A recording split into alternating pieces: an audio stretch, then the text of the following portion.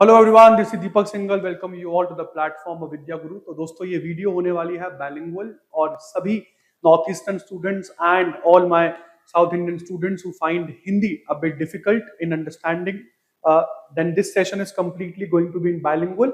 English medium session has been completely recorded separately for you guys, uploaded on the same platform.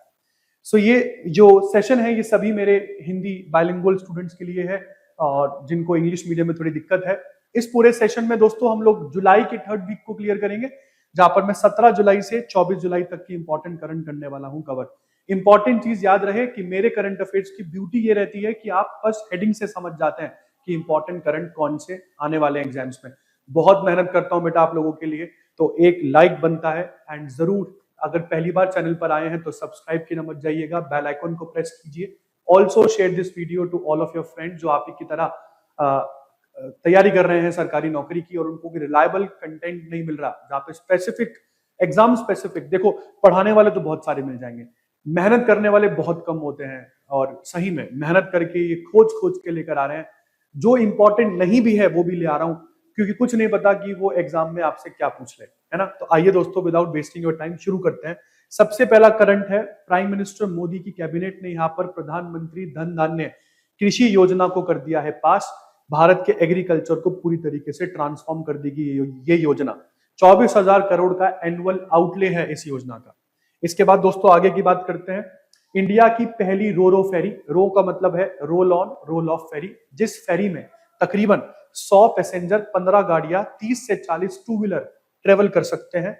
ये चोराव island से लेकर रिबंदर तक चल रही है, गोवा की मंडोवी रिवर पर। Earlier it use to take, पहले ये 30 मिनट लिया करती थी, अब ये टाइम जो है ये कम होके 12 से 13 मिनट में खत्म हो जाएगा। मतलब पहला जिसको एक बार चक्कर लगता था जाने में, अब उतने ही समय में ये आ जा पाएगी, तो दुगनी रफ्तार। उसके बाद इंडिया का दूसरा सबसे लंबा longest cable stayed bridge union transport minister Nitin Gadkari ने इनॉग्रेट किया कर्नाटका के शिवमोगा में। 2.44 किलोमीटर की लंबाई है इस ब्रिज की, ठीक है जी। और ये ब्रिज जो है, इस ब्रिज की वजह से कर्नाटक के जो चौदेश्वरी टेम्पल है वहां पर जाना आपके लिए आसान हो जाएगा। ये ब्रिज जो है ये सागरा और सिगंदूर के बीच की कनेक्टिविटी और बेहतर करता है। इसके बाद दोस्तों आगे बढ़ते हैं। इंडिया का पहला एक्वा टेक पार्क असम के गुवाहाटी के पास सोनापुर में स्थापित किया गया है। इंडिया का पहला एक्वा टेक पार्क, इससे पहले कहीं नहीं था ये। इसके बाद बेटा एक बड़ी appointment, LIC life insurance corporation of India के नए मैनेजिंग डायरेक्टर और चीफ एग्जीक्यूटिव ऑफिसर है आर दोराईस्वामी। अगले हैं यूक्रेन के प्रधानमंत्री जो थे, फिलहाल नाम है इनका डेनिस शैमहाल।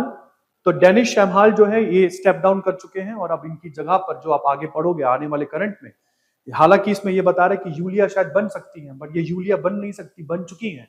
तो यूलिया अब यूक्रेन की 39 वर्षीय प्रधानमंत्री हैं और ये यूक्रेन की पहली महिला इकोनॉमी मिनिस्टर भी रही है, मतलब यूक्रेन की पहली महिला वित्त मंत्री भी ये रही हैं।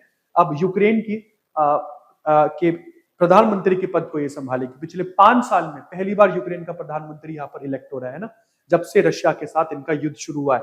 इसके बाद दोस्तों शुभांशु शुक्ला, भारतीयों को गर्व महसूस करवाया इन्होंने। 1984 के बाद दूसरे एस्ट्रोनॉट है जो स्पेस में गए। हालांकि 1984 में हम लोग सोवियत यूनियन के साथ गए थे स्पेस में, और 2024 और 25 में शुभांशु शुक्ला नासा के साथ एक्सियम 4 एक मिशन है उसके अंतर्गत इंटरनेशनल स्पेस स्टेशन गए, और ये दूसरे एस्ट्रोनॉट है। इनका जाना इतना महत्वपूर्ण क्यों है, ग्रुप कैप्टन शुभांशु शुक्ला क्यों? क्योंकि 2027 में शायद भारत अपना खुद का स्पेस मिशन गगनयान भेजेगा और वहां पर ये सारी चीजें हमारे लिए बहुत इंपॉर्टेंट हो जाएगी। इसके बाद दोस्तों प्रेसिडेंट मुर्मू जो है उन्होंने कलिंगा रत्ना अवार्ड 2024 धर्मेंद्र प्रधान को दिया। धर्मेंद्र प्रधान जो भारत के शिक्षा मंत्री भी है। ये पूरी सेरेमनी जो है ये आपको उड़ीसा के कटक में होती हुई दिखेगी, जहां पर आदि कवि सरला दास की 600वीं बर्थ एनिवर्सरी को भी सेलिब्रेट किया जा रहा था, तो उसके साथ ये पूरी की पूरी सेरेमनी जो है ये कोइंसाइड हो गई। दोस्तों कलिंगा रत्ना अवार्ड सरला साहित्य संसद के द्वारा दिया जाता है वैसे तो, और ये उन इंडिविजुअल्स को सम्मानित करता है जिन्होंने आउटस्टैंडिंग तरीके से शिक्षा, एजुकेशन, साहित्य कल्चर या पब्लिक सर्विस में कंट्रीब्यूट किया हो। इसके बाद आगे बढ़ते हैं। 17 जुलाई को world day for international justice celebrate होता है, world day for international justice.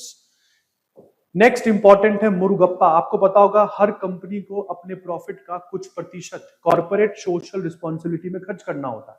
तो मुरुगप्पा ग्रुप की चोला मंडलम ने यहाँ पर चोला चेस नाम से एक प्रोग्राम शुरू किया है, जिसमें भारत के चेस टैलेंट को निकाला जाएगा, उनको बाहर निकाला जाएगा, उनको और सिखाया जाएगा, प्रोफेशनल ट्रेनिंग उनको दी जाएगी अक्रॉस इंडिया। चोला मंडलम ग्रुप की बात कर रहा हूं मैं।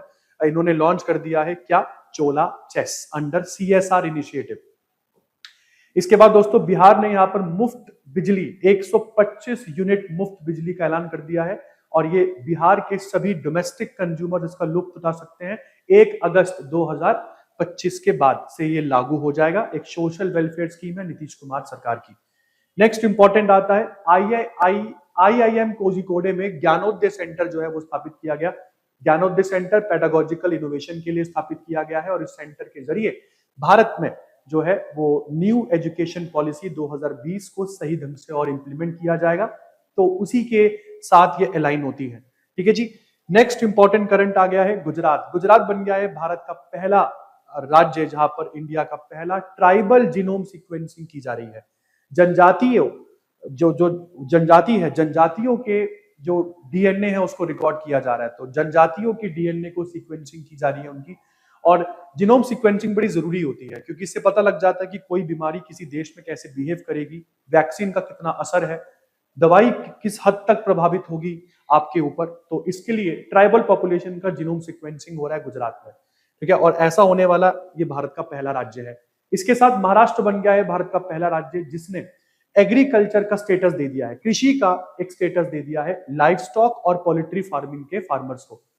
जो गाय भैंसे पालते हैं या पोल्ट्री फार्म चलाते हैं, ये सब चीजें भी अब कृषि में ही आएंगी। इसको कृषि योग्य एक्टिविटीज माना जाएगा। ऐसा बोलने वाला, ऐसा करने वाला भारत का पहला राज्य महाराष्ट्र बन गया। इसका मतलब महाराष्ट्र जो कृषकों के लिए जो भी नीति लेकर आएगा, जो भी सोशल वेलफेयर स्कीम लेकर आएगा, वो महाराष्ट्र के लाइव स्टॉक और पोल्ट्री फार्मर्स को भी उसका लुफ्त मिलेगा। तो अपने आप में एक बढ़िया चीज हो जाती है यहाँ पर। नेक्स्ट चलते हैं स्विट्जरलैंड। दोस्तों स्विट्जरलैंड ने यहाँ पर इंडिया के साथ जो टेपा एग्रीमेंट है, trade and economic partnership agreement, इसको रेटिफाई कर दिया है, जिसकी सहायता से आपको बता दूं EFTA जिसमें यूरोपियन फ्री ट्रेड एसोसिएशन जिसमें आती है, जिसमें यूरोप के 4 देश हैं, स्विट्जरलैंड, लिechtenstein, नॉर्वे और आइसलैंड। जिसमें लिechtenstein, नॉर्वे, आइसलैंड ने पहले ही ये एग्रीमेंट रेटिफाई कर दिया था। स्विट्जरलैंड के रेटिफिकेशन के बाद अब ये लागू हो चुका है ना।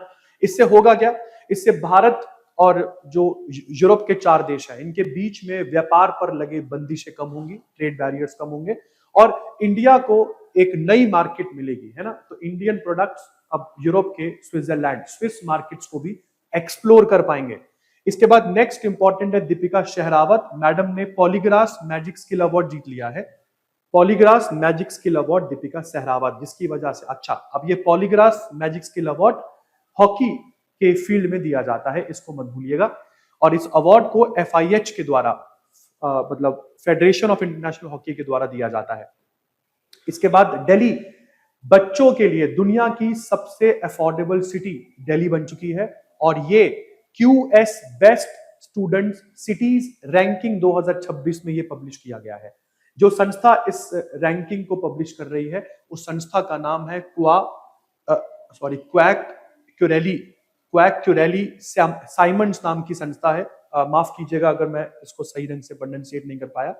तो क्वाक क्यूरेली साइमंड्स नाम की संस्था है जिसने QS बेस्ट स्टूडेंट रैंकिंग 2026 को किया पब्लिश, और इस पूरी रैंकिंग में दिल्ली तो टॉप मोस्ट अफोर्डेबल सिटी बच्चों के लिए है दुनिया की।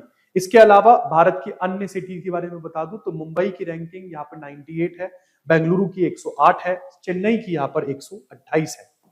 इसके बाद बेटा आंद्रे रसल अंतरराष्ट्रीय क्रिकेट से संन्यास ले लिया है इन्होंने। 37 वर्षीय आंद्रे रसल कंफर्म कर दिया है रिटायरमेंट फ्रॉम इंटरनेशनल क्रिकेट। और हाँ, भारत में IPL खेलते हुए जरूर नजर आएंगे ये विस्फोटक पारी। इसके बाद भारत ने अमेरिका से आग्रह किया है कि सर जो जेवलिन मिसाइल्स है उसका प्रोडक्शन आप मेक इन इंडिया इनिशिएटिव के अंतर्गत भारत में करें। दोस्तों जेवलिन मिसाइल एक एंटी टैंक मिसाइल है, हमारे नाग मिसाइल की तरह ही है ना, बट इसको हम लोग अमेरिका से इंपोर्ट करते हैं। तो हम चाहते हैं कि अमेरिका और भारत मिलकर इस मिसाइल का उत्पादन इंडिया में मेक इन इंडिया प्रोग्राम के अंतर्गत करें। बट डोनाल्ड ट्रंप की अध्यक्षता में मुझे ये प्रपोजल लगता नहीं है कि पास होगा। World snake day, world snake day जो है वो 16 जुलाई को सेलिब्रेट किया जाता है और बताया जाता है कि ये नेचर के साइलेंट गार्डियंस हैं। तो इस बार के स्नेक डे की थीम भी यही रखी गई कि इनकी रिस्पेक्ट करें, इनसे डरे नहीं, क्योंकि ये हमारे नेचर के साइलेंट गार्डियंस हैं, शोर नहीं बचाते पर प्रोटेक्ट करते हैं। 18 जुलाई को नेल्सन मंडेला दिवस मनाया जाता है। आपको पता ही होगा, रंग भेद के खिलाफ, अपार्थाइड के खिलाफ लंबी लड़ाई लड़ी थी इन्होंने। साउथ अफ्रीका के पहले ब्लैक प्रेसिडेंट भी थे नेल्सन मंडेला जी।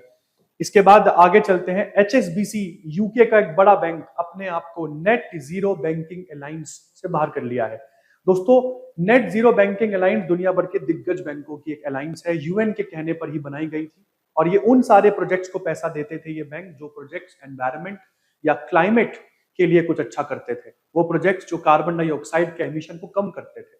डोनाल्ड ट्रंप के आने के बाद बड़े बड़े अमेरिकी बैंक तो बाहर हो गए, क्योंकि आपको पता है डोनाल्ड ट्रंप क्या बोलते थे कि जुमला है ये, तो पर्यावरण के पक्ष में दिया जाने वाला पैसा बेकार है और जितना भी मैंने दिया है वो सब भी मैं ले लूंगा अगर पिछले राष्ट्रपतियों ने पर्यावरण के नाम पर पैसा किसी को दे रखा है तो यहां पर गोल्डमैन सैश, वॉल स्ट्रीट के सारे बैंक, सभी कैनेडियन बैंक्स ऑलमोस्ट, वो सब तो ले चुके हैं एक यूटर्न इस नेट जीरो बैंकिंग अलायंस से। और अब पहला मेजर यूके बैंक जो यहां से बाहर निकला है वो HSBC बैंक है।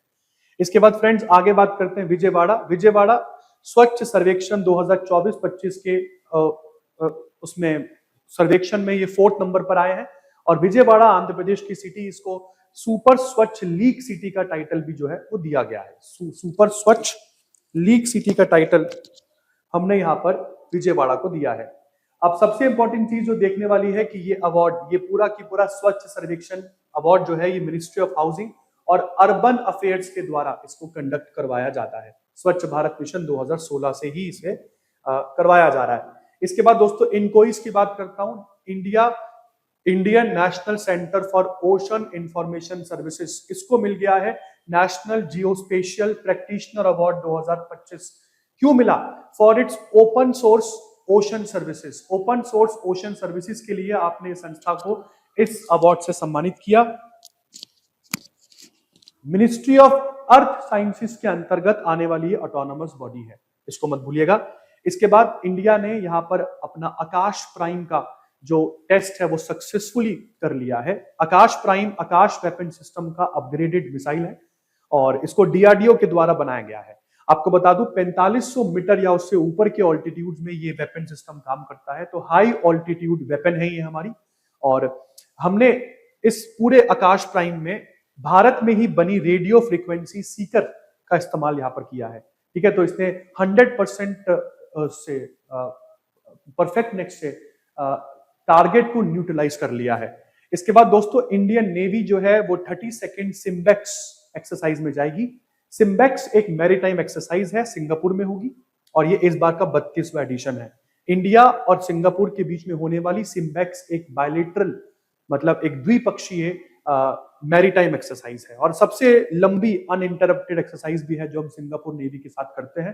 पहले इसको लायन किंग के नाम से इस एक्सरसाइज को जाना जाता था। इसके बाद बेटा इंडिया ने 2 गोल्ड और 2 सिल्वर जीते हैं 57th इंटरनेशनल केमिस्ट्री ओलंपियाड में। ये केमिस्ट्री ओलंपियाड दुबई UAE में हुआ था, जहां पर हम लोगों ने टोटल मिला के 4 मेडल जीते। इसके बाद बिहार ने डबल विक्ट्री अपने नाम करी। कहां पर? Junior national rugby 7th championship, जो कि महाराणा प्रताप स्पोर्ट्स कॉलेज देहरादून में खेला जा रहा था। डबल विक्ट्री का मतलब अंडर 18 बॉयज और अंडर 18 गर्ल्स दोनों टीम में बिहार की टीम यहां पर जीती है।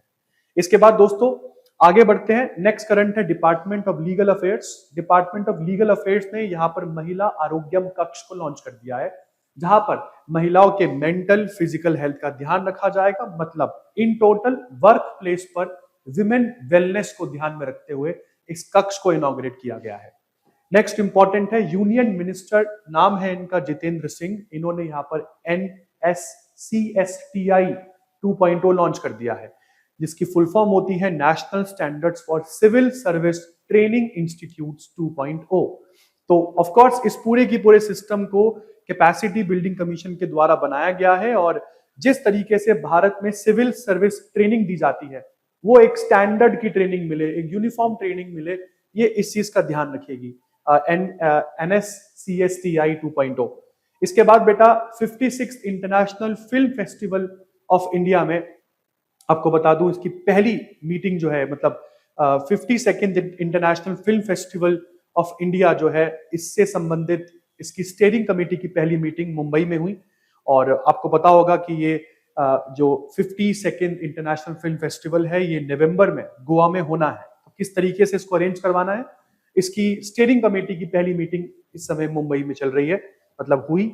इसके बाद INS संधायक पूरी तरीके से भारत में बना हुआ हमारा सर्वे वेसल लार्ज, इसने अपनी मेडन पोर्ट कॉल करी, मेडन पोर्ट इसने कॉल करी एट पोर्ट केलांग। तो पोर्ट केलांग मलेशिया में गया, ये 16 जुलाई से 19 जुलाई तक वही था। तो इसने वहां पहुंचकर अपनी मेडन पोर्ट कॉल करी। पहली बार हमने भारत से बाहर भेजा था इसको, पूरी तरीके से भारत में ही बना INS संधायक हमारा सर्वे लार्ज वेसल है, सर्वे वेसल लार्ज है। इसके बाद दोस्तों आगे बात करते हैं, DRDO और एम्स बीबी नगर मिलकर यहाँ पर प्रोस्थेटिक लेग बना रहे हैं। आप देख रहे होंगे नकली टांग, और ये इंडिया की पहली अफोर्डेबल भारत में ही बनी advanced carbon fibre foot prosthetic leg है, ठीक है। और इसको आत्मनिर्भर भारत के अंतर्गत ही भारत में डिजाइन किया गया है, बहुत ही सस्ती है, तो ऑफ कोर्स इंपॉर्टेंट होगी। इसके बाद बेटा यहाँ पर एक MOU साइन हुआ है, national institute for empowerment of persons with intellectual disability, और एक संस्था है जय वकील फाउंडेशन। ये दोनों मिलकर क्या करने वाले हैं, ये दोनों मिलकर एक यूनिफॉर्म करिकुलम डेवलप करेंगे, खासकर कि उन बच्चों के लिए जो इंटेलेक्चुअल डिसेबल बच्चे हैं। इंटेलेक्चुअल डिसेबल बच्चे, आपको जानकर बड़ा शॉकिंग लगेगा कि भारत में इंटेलेक्चुअल डिसेबल्ड बच्चों का कोई करिकुलम ही नहीं है, ठीक है। तो NEP को भी देखेंगे, एक यूनिफॉर्म करिकुलम डेवलप करेंगे, और इनका कहना है कि यह सस्टेनेबल डेवलपमेंट गोल नंबर 10 भी तो यही बोलता है कि असमानताओं को कम करें, रिड्यूस्ड इनइक्वालिटीज, तो उसको ध्यान में रखते हुए इसको किया जा रहा है। इसके बाद फ्रेंड्स आगे बढ़ते हैं, इंडिया ने रिकॉर्ड ब्रेकिंग परफॉर्मेंस दी at FISU World University Games, जो जर्मनी के राइन रूहन में खेली गई, और यहाँ पर श्री हरिराज नटराज बेनेडिक्शन रोहित, इन्होंने नए नेशनल रिकॉर्ड्स स्विमिंग में कायम करे। इसके बाद next, India 66 international mathematical olympiad में भी हम लोगों ने झंडे गाड़े। हम लोगों ने टोटल मिलाकर यहाँ पर 6 मेडल प्राप्त करे, जिसमें से 3 गोल्ड, 2 सिल्वर और 1 ब्रॉन्ज मेडल रहा। ये मैथमेटिकल ओलंपियाड ऑस्ट्रेलिया के सनशाइन कोस्ट में हुआ था। इसके बाद दोस्तों 20 जुलाई को वर्ल्ड चेस डे सेलिब्रेट किया जाता है, वर्ल्ड चेस डे 20 जुलाई को। इस बार की थीम रही every move counts. Next important है, 20th ऑफ जुलाई को इंटरनेशनल मून डे सेलिब्रेट होता है, और मून डे की थीम रही one moon, one vision, one future. Next, global finance magazine जो है, उसने स्टेट बैंक ऑफ इंडिया का नाम दिया है। ग्लोबल फाइनेंस मैगजीन ने कहा कि स्टेट बैंक ऑफ इंडिया दुनिया का बेस्ट कंज्यूमर बैंक है 2025 का। भारतीयों को पता है, स्टेट बैंक ऑफ इंडिया का नाम सुनते ही वो उनका लोगो, प्लेट, बीच में चम्मच और लंच टाइम आ जाता है। हालांकि नो ऑफेंस, इंपॉर्टेंट है।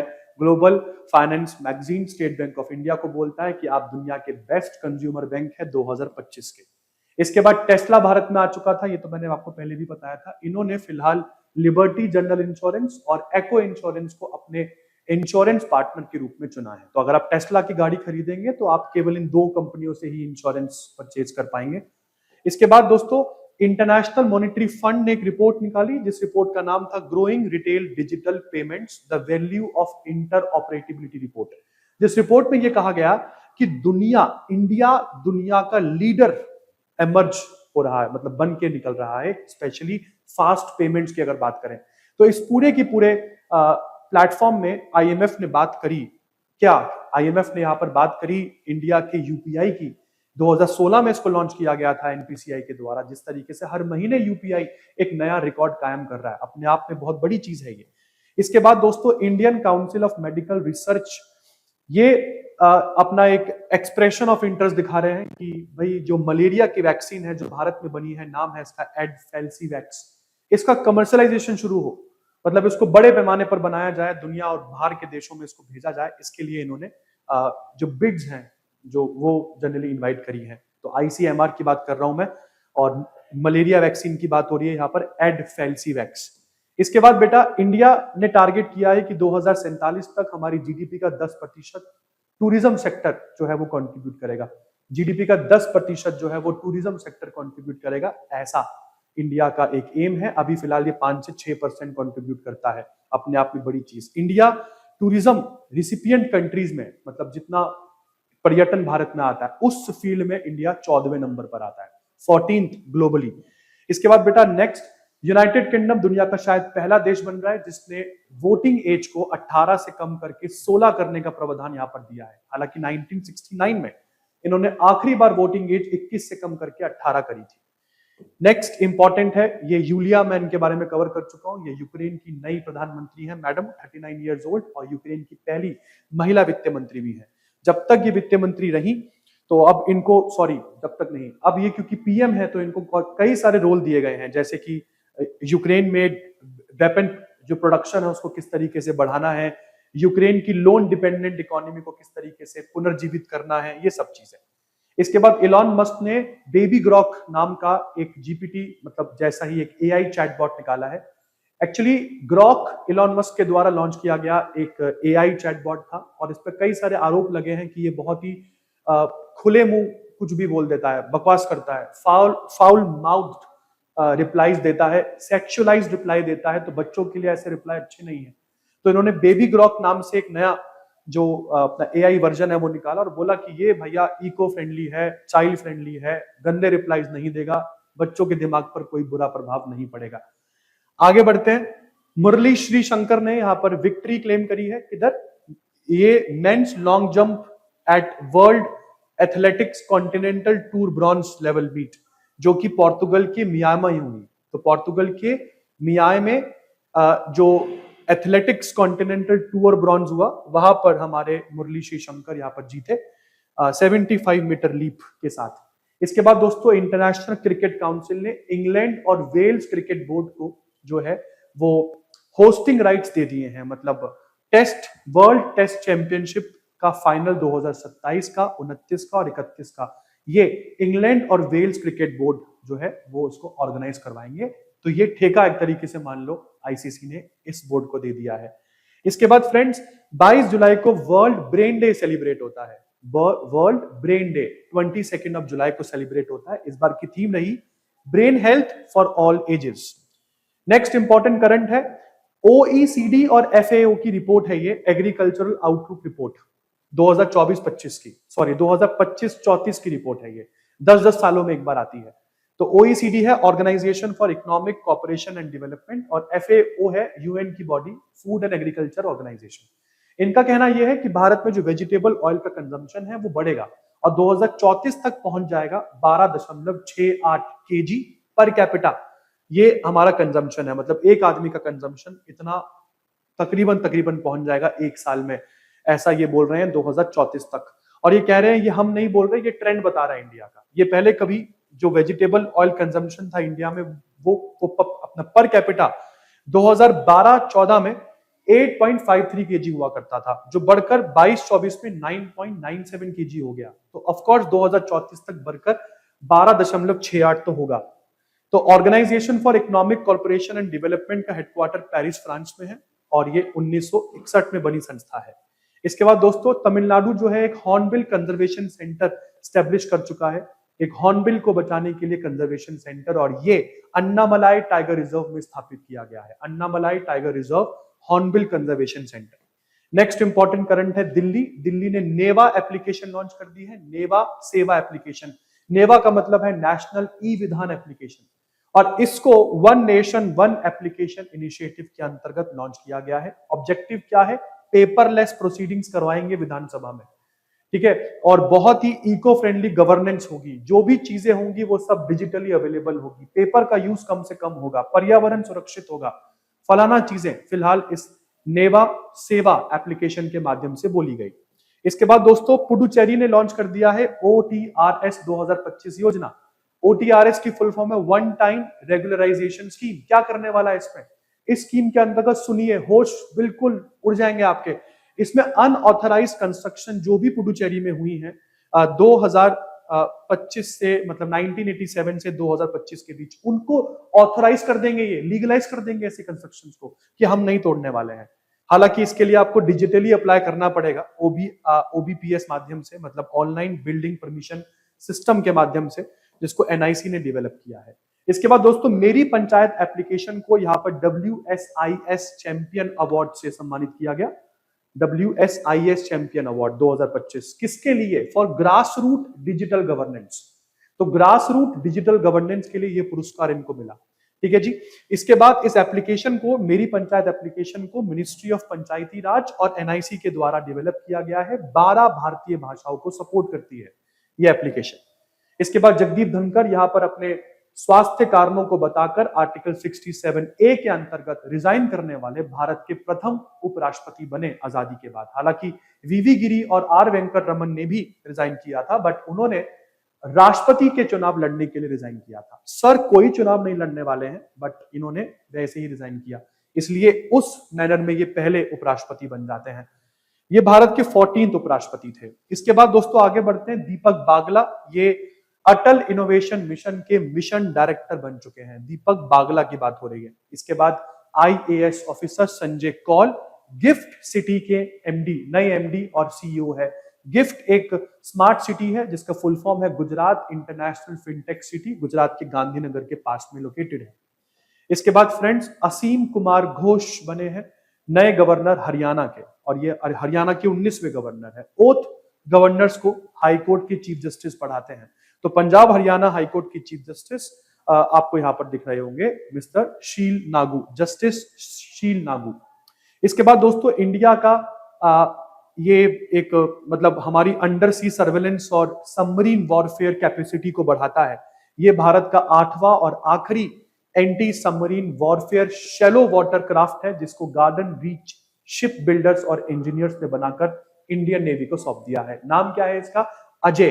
तो ये INS अजय के नाम से इंडक्ट की जाएगी इंडियन नेवी में। और ये क्या है? ये इंडिया का एक इंडिजिनस भारत में बना हुआ सबमरीन एंटी सबमरीन वॉरफेयर मतलब ASW shallow water craft SWC है।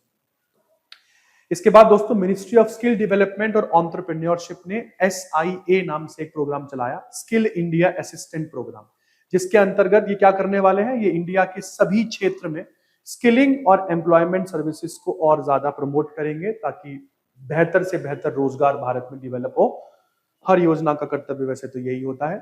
सॉरी, इंडिया जो है वो फाइड वर्ल्ड कप 2025 करने वाला है ऑर्गेनाइज, जो कि अक्टूबर-नवंबर में होगा। और ये भारत की काबिलियत दर्शाता है दुनिया में कि चेस की फील्ड में भारत का क्या नाम है। ठीक है, इन टोटल 206 प्लेयर यहाँ पर कॉम्पिटिट करेंगे, जिसमें दुनिया के टॉप 50 खिलाड़ी भी भारत में खेलने के लिए यहाँ पर आएंगे। फाइड एक इंटरनेशनल एसोसिएशन है जो चेस टूर्नामेंट्स करवाती है, वर्ल्ड कप तक के टूर्नामेंट्स चेस के जो होते हैं, वर्ल्ड चैंपियनशिप वो करवाती है, जिसका हेडक्वार्टर स्विट्जरलैंड के लॉजियान शहर में है। इसके बाद दोस्तों 23 जुलाई को नेशनल ब्रॉडकास्टिंग डे सेलिब्रेट किया जाता है, क्योंकि इसी दिन 1927 में हमारे भारत में पहली बार रेडियो जो वो है प्रसारण वो किया गया था। इसके बाद आगे चलते हैं। रिजर्व बैंक ऑफ इंडिया की फाइनेंशियल इंक्लूजन इंडेक्स का नंबर 67 पहुंचा। फाइनेंशियल इंक्लूजन इंडेक्स का नंबर जितना ज्यादा उतना अच्छा। ये दर्शाता है कि भारत में फाइनेंशियल लिटरेसी बढ़ रही है, फाइनेंशियल इंक्लूजन बढ़ रहा है, और ये सब यूपीआई और भारत के तमाम जो ऑर्गेनाइजेशंस है उसकी बदौलत हो रहा है। सबसे इंपॉर्टेंट चीज जो मैं आपको बता दूं, FCI जो है ये FII जो है फाइनेंशियल इंक्लूजन इंडेक्स, 0 का मतलब है कंप्लीट एक्सक्लूजन, 100 का मतलब है कंप्लीट इंक्लूजन। और मैं बिल्कुल दावे के साथ कह सकता हूं कि 3 साल में ये नंबर जो है ये 90 के पार हो जाएगा, जिस तरीके से अपन यूपीआई का इस्तेमाल कर रहे हैं। इसके बाद अमेरिका ने फिर एक बार अपने आप को यूनेस्को से बाहर निकाल लिया है। UNESCO united nations educational scientific and cultural organisation. Donald Trump के समय भी बाहर निकली, जो बाइडेन के समय फिर आ गया अमेरिका, फिर डोनाल्ड ट्रंप आए, फिर अमेरिका यूनेस्को से बाहर हो गया। चलता रहता है ये। तो इन्होंने यूनेस्को पर आरोप लगाया है कि भैया आप बहुत ही एंटी इजराइल चलते हैं। एंटी इजराइल क्यों चलते हैं आप? क्योंकि आप जो है वो रिकॉग्नाइज करते हैं पैलेस्टाइन को राज्य के रूप में।